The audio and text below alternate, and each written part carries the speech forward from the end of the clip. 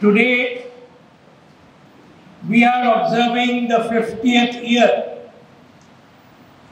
of the promulgation of the emergency in India in 1975. The emergency was a 19-month period of dictatorship in India. A decision taken by the then Congress government led by Indira Gandhi. And in that emergency, we had a situation where all fundamental rights, all civil liberties, all democracy, all this was completely extinguished. More than 1 lakh people, mainly opposition party leaders and activists, they were arrested. Many of them for 19 months continuously from June 1975 up to January 1977 when the emergency was lifted. Press censorship was imposed.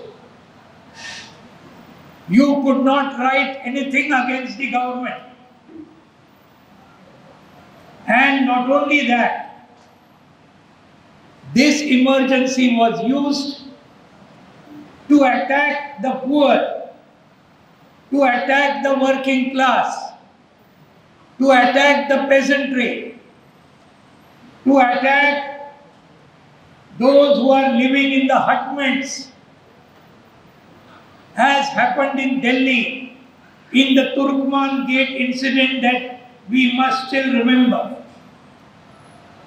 Houses were demolished and a sterilization campaign, forced sterilization, that was led at that time by the Congress government. அவசரநிலை காலம் பிறப்பித்த 50வது ஆண்டு நிறைவை ஒற்றி இந்த கூட்டத்தில் பங்கேற்பதற்கான ஒரு வாய்ப்பு கிடைத்ததற்காக நான் மிக்க மகிழ்ச்சி அடைகின்றேன்.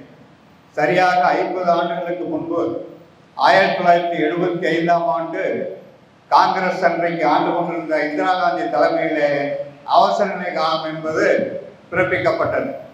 அந்த அவசரநிலை காலம் 19 மாதங்கள் அமலில் இருந்தது. இந்த 19 மாத காலத்திலே இந்த தேசத்தினுடைய பல்வேறு அடிப்படை உரிமைகள் பறிக்கப்பட்டன.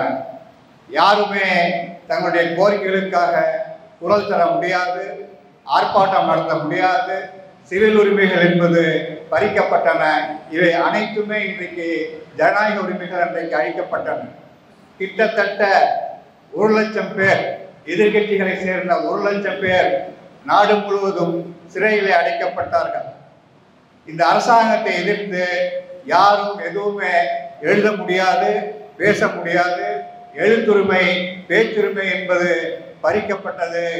ஏனென்றால் சிறைவாசம், இம்மென்றால் வனவாசம் என்ற சூழல் தான் அன்றைக்கு உருவாக்கப்பட்டது. மிக முக்கியமாக அந்த அவசர காலத்தை பயன்படுத்தி உழைப்பாளிகளுடைய பல்வேறு உரிமைகள் பறிக்கப்பட்டன. சாதாரண மக்களுடைய உரிமைகள் பறிக்கப்பட்டன.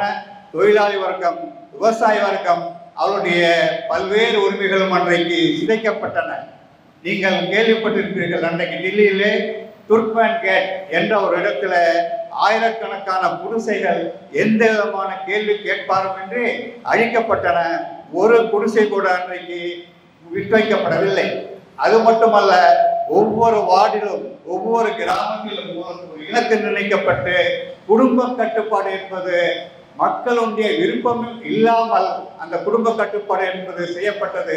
இத்தகைய கொடூரங்கள்லாம் அன்றைக்கு அவசர காலத்திலே நடந்தன என்பதை நான் உங்கள் நினைவில் கொண்டு வர விரும்புகின்றேன். Among the 1 lakh opposition leaders and activists who were arrested, there were thousands of leaders and activists of the Communist Party of India, Marxist, from all over the country, from Tamil Nadu, from Kerala, from Karnataka, Andhra, Telangana, West India, North India, East India, all the states, thousands of leaders and activists of the Communist Party of India, Marxists, they were also arrested for 19 months. Before the emergency, why did it take place? The emergency took place. Leave aside the immediate reasons. Immediate reason we know was the court judgment unseating the Prime Minister from her Lok Sabha seat on the 12th of June, that is 15 days before the emergency. Leave aside that.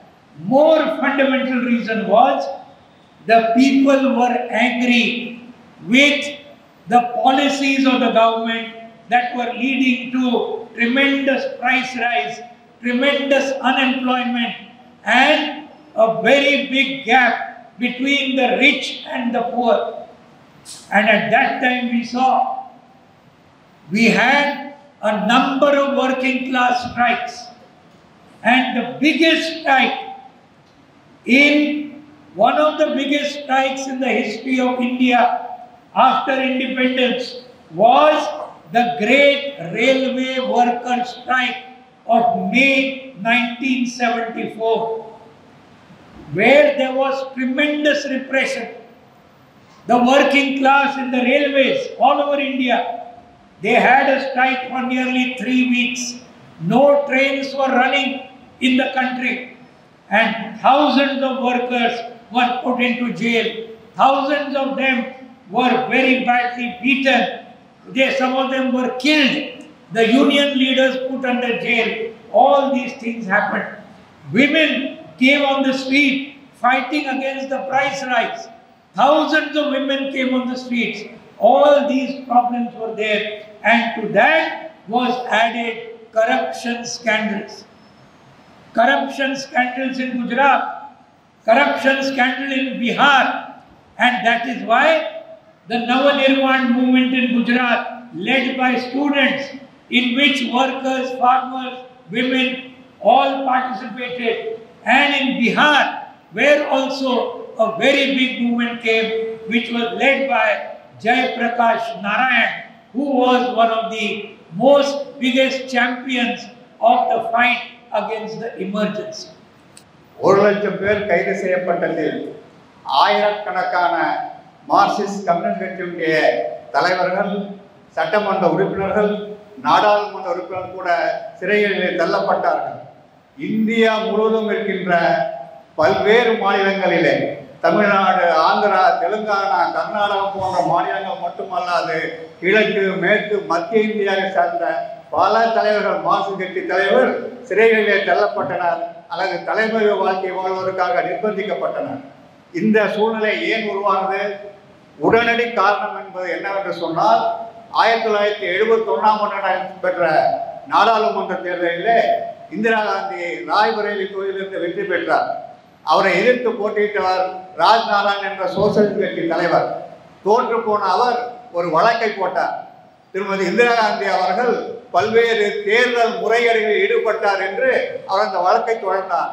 அந்த வழக்குக்கான தீர்ப்பு 1974 அலகாபாத் உயர்நீதிமன்றம் தந்தது. திருமதி இந்திரா காந்தி முறைகேடில் ஈடுபட்டார் என்பது உண்மைதான். ஆகவே அவருடைய தேர்தல் செல்லாது, அவர் நாடாளுமன்ற உறுப்பினராக இருக்க முடியாது, பிரதமராக இருக்க முடியாது என்று நீதிமன்றம் தீர்ப்பளித்தது. அதை கண்டித்து, அதை எதிர்த்து உச்ச நீதிமன்றத்திற்கு சென்றார்கள். உச்ச நீதிமன்றத்திலே கிருஷ்ணய்யர் அவர்கள் அந்த தீர்ப்பு செல்லும், இந்திரா காந்தி நாடாளுமன்ற உறுப்பினராக தொடர முடியாது என்று அலகாபாத் உயர்நீதிமன்ற தீர்ப்பை உறுதி செய்தார். இந்த சூழ்நிலையில்தான் அன்றைக்கு அவசர காலம் என்பது பிறப்பிக்கப்பட்டது. ஆனால் இது உடனடி காரணம்தான். அடிப்படை காரணங்கள் என்ன? அன்றைக்கு இந்தியா மிகப்பெரிய பொருளாதார நெருக்கடிகளை சந்தித்துக் கொண்டிருக்கிறது. விலைவாசி உயர்வு, ஆட்குறைப்பு, நிலக்கரி தொழிலில் மட்டும் அன்றைக்கு 50,000 தொழிலாளர்கள் வீட்டிற்கு அனுப்பப்பட்டார்கள். அதே போல ஏழை பணக்காரன் என்ற அந்த பொருளாதார அசமத்துவம், இவையெல்லாம் மிகப்பெரிய பிரச்சனைகளாக இருந்தன. பெண்கள் வீதிகளில் வந்து போராட்டத்தை நடத்தினார்கள். இந்த சமயத்திலே தான் தொழிலாளி வர்க்கம், பல போராட்டங்களை நடத்தினார்கள். அதில் மிக முக்கியமான மகத்தான போராட்டம் என்னவென்று சொன்னால் ரயில்வே தொழிலாளர்களுடைய போராட்டம். மே மாதம் 1974ஆம் ஆண்டு 3 வாரங்கள் ரயில்வே தொழிலாளர்கள் போராட்டம் நடத்தினார்கள். இந்தியாவிலே ஒரு ரயில் கூட அன்றைக்கு ஓடவில்லை. அத்தகைய ஒரு மகத்தான போராட்டம் சுதந்திர இந்தியா சந்தித்ததே இல்லை. அந்த போராட்டம் என்பது முதலாளித்துவத்தை, இந்தியாவுடைய முதலாளிகளை ஆதரிக்கின்ற இந்திரா காந்தி அரசை நிலைகுலைய வைத்தது. இந்த சூழ்நிலையில் தான் ஆயிரக்கணக்கான ரயில்வே தொழிலாளர்கள் சிறைகளை தள்ளப்பட்டார்கள், கடுமையாக அவர்கள் தாக்கப்பட்டார்கள், ஒரு சிலர் கொல்லப்பட்டார்கள். இதோடு சேர்ந்து ஊழல் என்ற பிரச்சனையும் அன்றைக்கு உருவானது. முதலிலே அந்த ஊழல் பிரச்சனையை எதிர்த்து குஜராத்திலே நவநிர்மாண இயக்கம் என்ற ஒரு இயக்கம் மாணவர்களால் நடத்தப்பட்டது.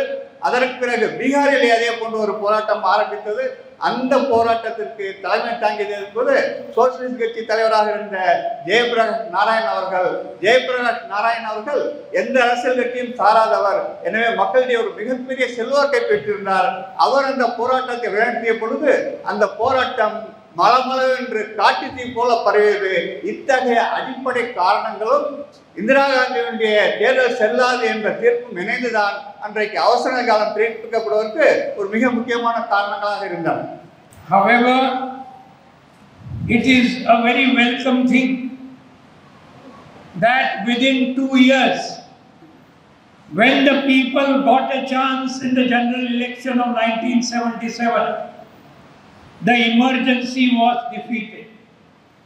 Indira Gandhi thought that by having a Lok Sabha election, she will again come to power.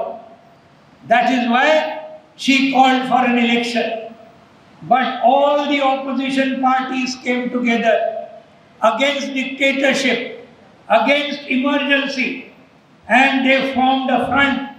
And as a result, the Congress lost the election. As comrade said, Indira Gandhi lost the election, her own election in Raebareli. Sanjay Gandhi lost the election, and all the other main Congress leaders were defeated. The Janata Party came to power.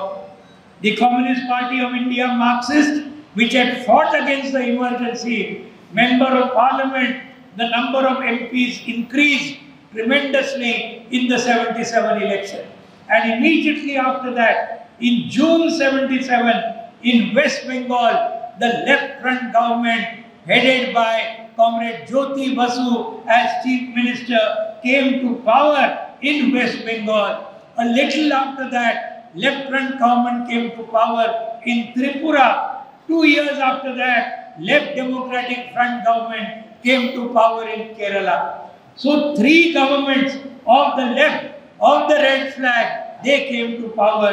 So all these things happened as a result of the correct position of the CPIM in fighting against the emergency, taking the side of the people, taking the side of democracy. This is the important thing that we have to draw a lesson. வரவேற்க வேண்டிய நல்ல விஷயம் என்னவென்று சொன்னால், அந்த அவசர நிலை காலம் என்பது கிட்டத்தட்ட 2 ஆண்டுகளுக்கு குறைவாகத்தான் அன்றைக்கு அமலில் இருந்தது. அன்றைக்கு ஒரு தேர்தல் நடத்தப்பட்டால் காங்கிரஸ் வெற்றி பெறும், இந்திரா காந்தி வெற்றி பெறுவார் என்று ஒரு உளவுத்துறை ரிப்போர்ட் என்பது கொடுக்கப்பட்டது. அதை நம்பி இந்திரா காந்தி தேர்தலை அன்றைக்கு அறிவித்தார். அந்த தேர்தலிலே அந்த உளவுத்துறை ரிப்போர்ட்டிற்கு மாறாக காங்கிரஸ் மிகப்பெரிய தோல்வியை சந்தித்தது. இந்திரா காந்தி ராய்பரேலியிலே தோற்கடிக்கப்பட்டார். அவரது மகன் சர்வாதிகாரி போல செயல்பட்ட சஞ்சய் காந்தி அன்றைக்கு தோற்கடிக்கப்பட்டார். அந்த தேர்தல் போராட்டத்திலே மார்க்சிஸ்ட் கம்யூனிஸ்ட் கட்சி பல எதிர்கட்சிகளை ஒன்றிணைத்து காங்கிரசுக்கு எதிராக அதனுடைய வாக்குகளை ஒன்றிணைத்ததன் காரணமாக இந்த தோல்விகள் என்பது சாத்தியமாயிற்று. அது மட்டுமல்ல தோழர்களே, அவசர நிலை காலத்தில் மிக சரியான நிலை எடுத்ததால், மக்கள் பக்கம் மார்க்சிஸ்ட் கம்யூனிஸ்ட் நின்றதால் 1977 நாடாளுமன்றத்திலே நாடாளுமன்ற உறுப்பினருடைய எண்ணிக்கை என்பது அதிகரித்தது.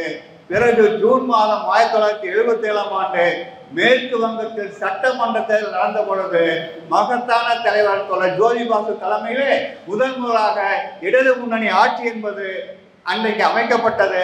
அதற்கு ஓராண்டிற்கு பிறகு திரிபுராவில் மார்க்சிஸ்ட் கட்சி தலைமையில் இடது முன்னணி ஆட்சி என்பது அமைக்கப்பட்டது. அதற்கு பிறகு 2 ஆண்டுகளுக்கு பிறகு கேரளாவில் இடது ஜனநாயக முன்னணி என்பது அமைக்கப்பட்டது. இப்படி 3 அரசாங்கங்கள் செங்கோடி இயக்கத்தின் தலைமையில் மார்க்சிஸ்ட் கம்யூனிஸ்ட் தலைமையில் அமைக்கப்பட்டன என்று சொன்னால் அதற்கு மிக முக்கியமான காரணம் அவசர காலை எதிர்த்து மக்கள் பக்கம் மார்க்சிஸ்ட் கட்சி நின்றதால், மார்க்சிஸ்ட் கட்சியுடைய மகத்தான சரியான மதிப்பீடால் மக்கள் பக்கம் நின்று போராடியதால் அந்த வெற்றி என்பது சாத்தியப்பட்டது என்பதை நான் உங்களுடைய கவனத்திற்கு கொண்டு வர விரும்புகின்றேன். I am coming to my last 2 points. Very briefly, coming to the present situation. Today we know, just as the Communist Party of India, Marxist, has given an all India call to observe this emergency 50th anniversary, also to condemn the undeclared emergency in India today under the Modi government. This is what the call we have given. But you will find today there are some other forces who are also observing the 50th anniversary of the emergency. And which are these forces? The RSS, the BJP, the Sangh Parivar, they are also observing, right from Narendra Modi Prime Minister until other people right down. Do they have a right to observe emergency? Do they have a right? This is the first point I want to tell you. I want to give you one proof. One of the former BJP leaders, a member of the Rajya Sabha of the BJP, his name is Subramaniam Swamy. I think he is from Tamil Nadu. Yes? Subramaniam Swamy, he is from Tamil Nadu. I am giving your own example. He wrote an article in the paper called The Hindu, which all of you must be reading. It is from Tamil Nadu. He wrote an article on the 13th of June 2000, 25 years ago, when 25 years of the emergency was getting done. And what did he write in that? A former BJP member of parliament, Rajya Sabha member, what does he write? He wrote, and he is still saying the same thing. He is still saying the same thing. What did he say? He is saying it is ridiculous that the BJP RSS should observe the anniversary of the emergency. Why? Why he said that? He gave proof in his article. 2 proofs he gave. Many more, but only 2 I am giving for lack of time. Number 1, he said, the RSS chief at that time, Balasaheb Devras, he was in jail. He was in jail. But what did he do? Subramaniam Swamy writes in the article in Hindu, Balasaheb Devras wrote letters to Indira Gandhi, Prime Minister of India. He wrote letters to Shankar Rao Chauhan, Chief Minister of Maharashtra at that time. And he wrote another letter to Vinoba Bhave. You must be knowing the leader of the Bhudan Andolan, Bhudan movement, who is called, at that time also he was called a Sarkari saint, means a government saint. That was what Vinoba Bhave used to be called. And he wrote letters to them saying that please leave me, please leave the RSS people, please lift the ban on the RSS, and if you lift the ban, the RSS will support the government in all its emergency action. We will also support your 20-point program. Please leave us. That is what Balasaheb Devras, RSS Sarasangachalak, Supremo, Chief of RSS, writes these letters to the Prime Minister Indira Gandhi Not only that, Mr. Atal Bihari Vajpayee later became Prime Minister. Atal Bihari Vajpayee writes a letter to Indira Gandhi. He was also arrested.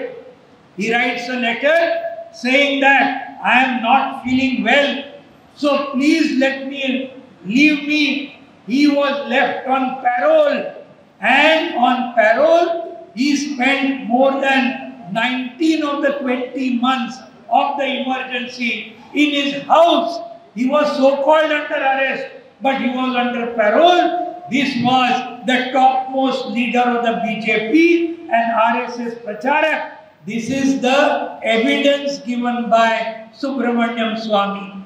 Not only that, finally he says that the RSS had prepared in December 1976, they had drafted a letter. They had drafted a full letter saying that we are surrendering to Indira Gandhi. We are surrendering to the Congress and we are going to support the full emergency. That letter was going to be signed and given to Indira Gandhi in January. But before that, the emergency was lifted, elections were announced. Subramaniam Swamy says, this is the RSS. This is the RSS. This is the Bharatiya Janasangh at that time, which became BJP. And in that, whom was Balasaheb Devras imitating? Who was he imitating? Who was his ideal? His ideal was none other than V.D. Savarkar, the founder of the Hindu Mahasabha, one of the very important, sort of exactly not a leader of the Hindu Mahasabha, very close to RSS. He had given 5 apology letters to the British government during the freedom struggle. Please leave me from Andaman jail. I will do what you want. I will not take part against any action against the government of the British. Exactly the same thing RSS chief Balasaheb Devras did to Indira Gandhi of the Congress government. So the BJP and RSS have no right to say that they have fought against the emergency. On the contrary, they have betrayed the battle against the emergency. That is what we have to say everywhere, and that is what the important point that is to be said. நான் கடைசியாக 2 முக்கியமான கருத்துக்களை மட்டும் சுருக்கமாக சொல்ல விரும்புகின்றேன். அவசர நிலை காலத்தின் 50வது ஆண்டு நிறைவு தொடர்பாக அது சொல்கின்ற அரசியல் பாடங்களை இந்தியா முழுவதும் கொண்டு செல்ல வேண்டும் என்று மார்க்சிஸ்ட் கம்யூனிஸ்ட் கட்சி முடிவு செய்திருக்கின்றது. அப்படி சொல்லும் பொழுதே இன்றைக்கு இந்த நிகழ்காலத்தில் என்ன நடக்கிறது என்பதை நான் உங்களுடைய கவனத்திற்கு கொண்டு வர விரும்புகின்றேன். இன்றைக்கு அவசர நிலை காலத்தை விட மோசமான சூழல் என்பது இன்றைக்கு நிலவிக் கொண்டிருக்கின்றது. அறிவிக்கப்படாத கொடூரமான எதிர்ச்செயலான அவசரகால சூழ்நிலை இன்றைக்கு அமலாக்கப்பட்டு கொண்டிருக்கிறது என்பதை மார்க்சிஸ்ட் கம்யூனிஸ்ட் கட்சி மக்களிடம் சொல்ல விரும்புகின்றது. இந்த 50வது நிறைவு தொடர்பாக ஒரு பக்கம் மார்க்சிஸ்ட் கம்யூனிஸ்ட் கட்சி இந்த நிகழ்வை கொண்டாடும் பொழுது வேறு சிலரும் இந்த நிகழ்வை நடத்தி கொண்டிருக்கிறார்கள். அவர்கள் RSS, பிஜேபி, சங் பரிவாரத்தை சேர்ந்தவர்கள்.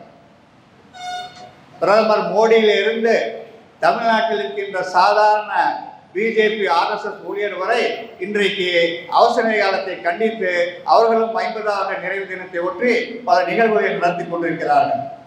நான் கேட்க விரும்புவது என்னவென்று சொன்னால், இவர்களுக்கு என்ன உரிமை இருக்கிறது இந்த நிகழ்வை கடைபிடிப்பதற்கு? என்ன அருகதை இருக்கின்றது? அதை நான் முதலில் சொல்ல விரும்புகின்றேன். இதற்காக நான் சில ஆதாரங்களை தருவதற்காக விரும்புகின்றேன். ஆனால் அந்த ஆதாரங்கள் நான் கண்டுபிடித்த ஆதாரங்கள் அல்ல.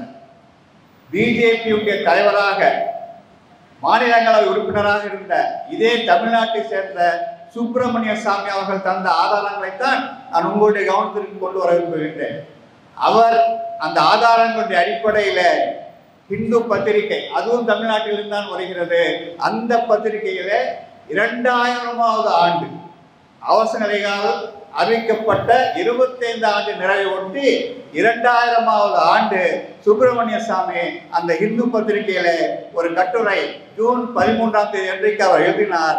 அதில் அவர் என்ன சொல்கிறார் என்று சொன்னால், அவசர கால எதிர்ப்பை பற்றி அந்த நிகழ்வை கொண்டாடுவது RSS BJP அதை செய்தால் அதை விட கேலிக்குரிய, அதை விட மோசமான செயல் எதுவும் இல்லை என்று அவர் சொல்கிறார்.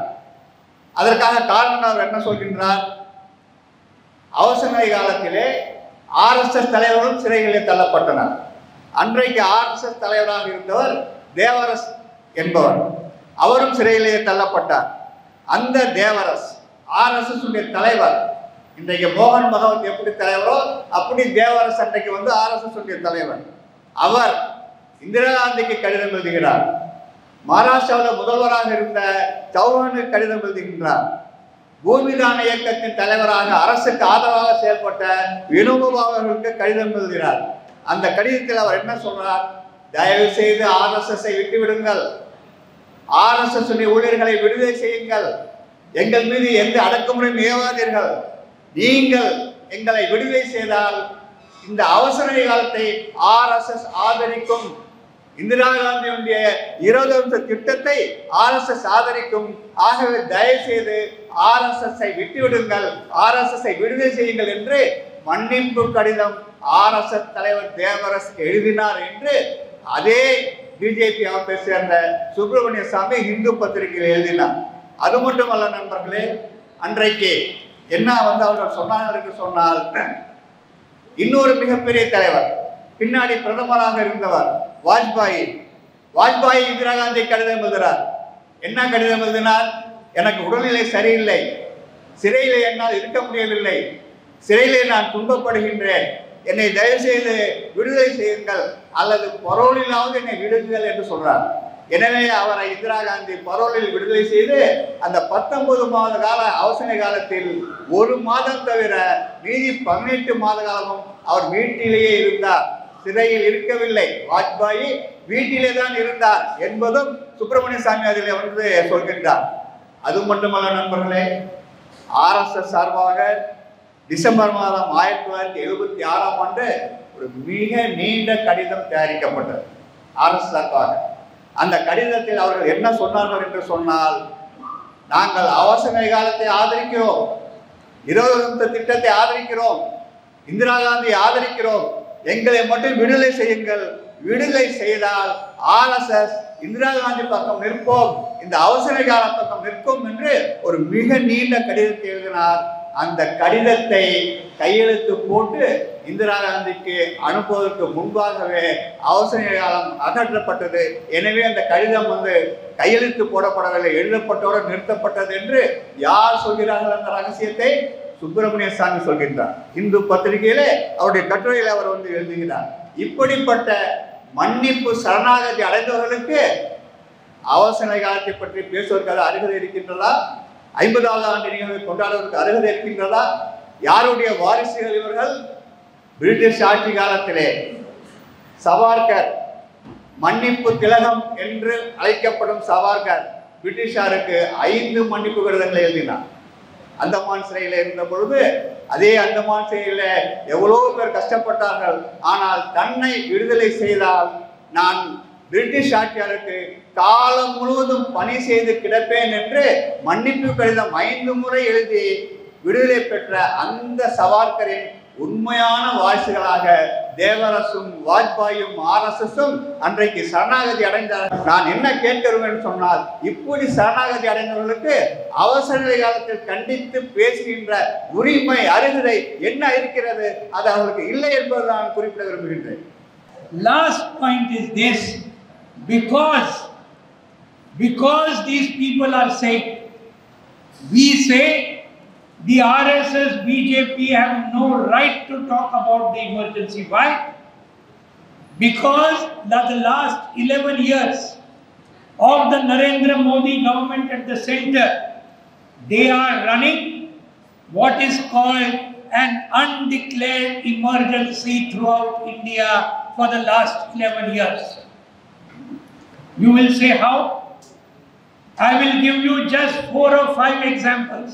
in one sentence. 2 chief ministers were arrested and put in jail for several months. Arvind Kejriwal, Chief Minister of Delhi, Hemant Soren, Adivasi Chief Minister of Jharkhand. Have you ever heard chief ministers put under jail? If chief ministers can be put in jail, what about ordinary people? What about ordinary people?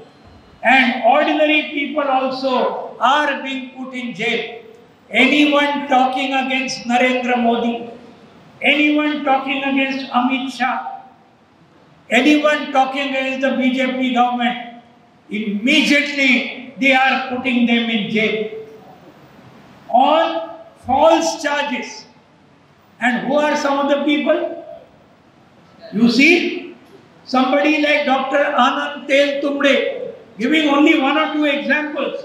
Anand Teltumbde, a Marxist and Ambedkarite scholar, a Dalit himself, a very, very intellectual.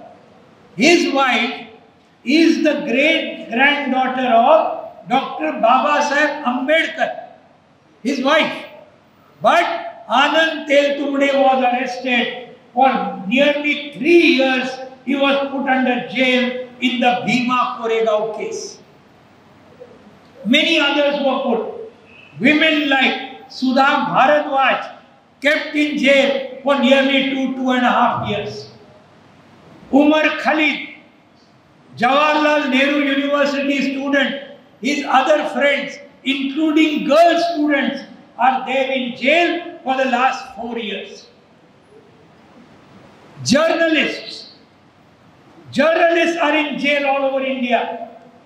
All those who dared to write against the BJP, RSS, against Narendra Modi, directly thrown into jail. And today, we say in the emergency, there was freedom of the press was finished. What is the situation today?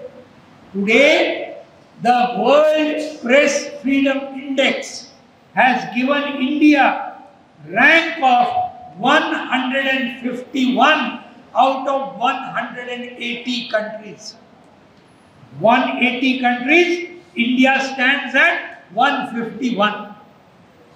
Without asking anybody, they have removed the statehood for Jammu and Kashmir. They have removed 370 articles of the Constitution. They are attacking Parliament. They are attacking the judiciary. They are attacking the press. They are attacking the Election Commission. You have seen so many complaints are coming regarding elections all over the country. So, democracy is being attacked by the Narendra Modi government left and right. And that is why we say, for the last 11 years, India is suffering under an undeclared emergency. Please understand the meaning of this. How do they do it? They are doing it, the press, all these Godi media that you see, by advertisement, by threatening, by telling them you better listen to us, otherwise we will see that your advertisements are stopped, your main people will be put in jail. This is what is going on today. And not only that, they are attacking the most basic features of the Constitution of India. Democracy they are attacking. Secularism they are attacking. Which means the whole question of religion, one religion against the other, Hindus against Muslims, Muslims against Hindus, caste-wise, one caste against the other, one religion against the other, one language against the other. This is what they are doing. The imposition of Hindi has started all over the country. So all these things you should understand. These are all attacks on the Constitution of India. This is what the BJP RSS government is doing. And that is why we have to fight against this undeclared emergency today. Within a few months, the last point I'm saying, and I'm concluding, within a few months, you are going to have state assembly elections in Tamil Nadu. State assembly elections in Tamil Nadu. And this is a very, very important occasion when all of us have to come together in defense of the Constitution, in defense of democracy, in defense of secularism, in defense of federalism, and against the BJP, RSS, and the AIDMK with whom they have made an alliance. This is what we have to defeat, and the alliance that is there against that, led by the DMK, including the left, all this alliance has to be victorious. This is something which Tamil Nadu had made history in the Lok Sabha election last year. You had won 39 out of 39 Lok Sabha seats. Puducherry 1 seat, 40 out of 40 you had won. Red salute to all of you. Red salute to the people of Tamil Nadu. You have to repeat this performance in the coming Vidhan Sabha State Assembly elections. I'm sure you will do that. That is the real way to remember the emergency, to defeat the undeclared emergency going on in the country. With these words, I conclude. Thank you very much. Inqilab Zindabad. RSS பிஜேபியுடைய 11 ஆண்டுகள் நீங்கள் எடுத்துக்கொண்டால் அது அறிவிக்கப்படாத அவசர நிலை காலம் என்று நாங்கள் சொல்கின்றோம். மார்க்சிஸ்ட் கம்யூனிஸ்ட் கட்சி சொல்கின்றது. ஏன்? அதற்கான காரணங்கள் என்ன? பல நூற்றுக்கணக்கான காரணங்கள் அது சொல்ல முடியும். ஆனால் சில முக்கியமான 4 அல்லது 5 காரணங்களை மட்டும் நான் உங்களிடம் குறிப்பிட விரும்புகின்றேன். இந்தியாவிலே தான் முதலாக 2 முதலமைச்சர்கள், எதிர்கட்சிகளை சேர்ந்த 2 முதலமைச்சர்கள் சிறையிலே தள்ளப்பட்டார்கள். ஒருவர் தில்லி முதலமைச்சர் அரவிந்த் கெஜ்ரிவால், இன்னொருத்தர் ஹேமந்த் சோரன், ஜார்க்கண்டுடைய ஆதிவாசி மக்களுடைய தலைவர். இவர்கள் இருவரும் சிறையிலே தள்ளப்பட்டார்கள் பொய்யான குற்றச்சாட்டுகளில். முதலமைச்சர்களுக்கே இந்த கதி என்று சொன்னால் சாதாரண மக்களுடைய கதி என்ன என்பதை நீங்கள் யோசித்து பாருங்கள். இது இந்தியாவில் என்றைக்காவது இப்படி நடந்திருக்கின்றதா? பொய்யான குற்றச்சாட்டுகள் 2 முதல்வர்களை சிறையில் வைத்து அந்த மாநில சட்டமன்ற தேர்தல்களை எதிர்கொள்வது என்பது என்றைக்காவது ஆளுங்கட்சி செய்திருக்கின்றதா? ஆனால் மோடி அரசாங்கம், மோடி ஆட்சி அதை இன்றைக்கு செய்திருக்கின்றது. நரேந்திர மோடியாக இருந்தாலும் சரி, அமித்ஷாவாக இருந்தாலும் சரி, அல்லது பிஜேபி எதிர்த்து யார் பேசினாலும் அவர்கள் சிறையிலே தள்ளப்படுகின்றார்கள். அதுவும் பொய்யான குற்றச்சாட்டிலே அவர்கள் சிறையிலே தள்ளப்படுகிறார்கள். உதாரணத்தை நீங்கள் எடுத்துக்கொண்டால் ஆனந்த் தெண்டுல்கர், டாக்டர் அம்பேத்கர், பாலா சாஹேப் அம்பேத்கர் அவருடைய மிக நெருங்கிய உறவினர். அவர் 3 ஆண்டுகள் சிறையிலே தள்ளப்பட்டார் பீமாபுரம் வழக்கில். அதே போல சுதா பரத்வாஜ் அமெரிக்காவில் பிறந்து இந்திய உழைப்பாளிகளுக்காக இங்கே வந்து தொழிற்சங்க தலைவராக தன்னை நினைத்துக் கொண்ட சுதா பரத்வாஜ் அவரும் அதே போல சிறையிலே தள்ளப்பட்டார். மிகப்பெரிய சட்ட போராட்டங்களை நடத்திதான் அவர்கள் இன்றைக்கு வெளியில வந்தார்கள். அதே போல இன்றைக்கும் 4 ஆண்டுகளுக்கும் மேலாக சிறையில் இருக்கின்றார்கள் மாணவர் தலைவர்கள். உமர் காலித் இருக்கிறார், குல்பிஷா பாத்திமா இருக்கிறார். இவர்கள் மீது எந்த குற்றப்பத்திரிகையும் இல்லை, எந்த குற்றமும் இல்லை, விசாரணையும் இல்லை, ஆனால் பிணையும் இல்லை, பெயிலும் இல்லை. 4 ஆண்டுகளாக அவங்க சிறையில் இருக்கின்றார்கள். பத்திரிகையாளர்கள் இந்த அரசாங்கத்தை எதிர்க்கிறார்களா? அவர்களும் சிறையிலே தள்ளப்படுகின்றார்கள். அதனால தான் நீங்க பார்த்தீங்கன்னு சொன்னா உலகத்தில் பத்திரிகை சுதந்திர குறியீட்டில் 180 நாடுகளில் இந்தியா 151வது இடம் என்ற ஒரு மோசமான சூழல் இன்றைக்கு மோடி அரசாங்கத்தின் தலைமையிலே ஏற்பட்டிருக்கிறது என்பதை நான் இன்றைக்கு சுட்டிக்காட்ட விரும்புகிறேன். அதே போல ஜம்மு அண்ட் காஷ்மீருக்கு நாம் அவர்கள் இந்தியாவோடு இணைந்த பொழுது கொடுத்த வாக்குறுதி, அந்த விசேட அந்தஸ்து என்பது, அந்த விசேட அந்தஸ்து இன்றைக்கு அகற்றப்பட்டிருக்கிறது.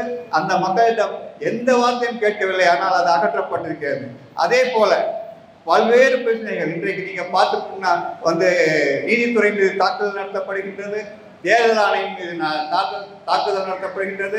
தேர்தல் ஆணையம் ஆமாம் சாமிகளாக ஆக்கப்பட்டிருக்கிறார்கள். இன்றைக்கு தேர்தல் பற்றி பல்வேறு புகார்கள் இன்றைக்கு வந்திருக்கின்றன.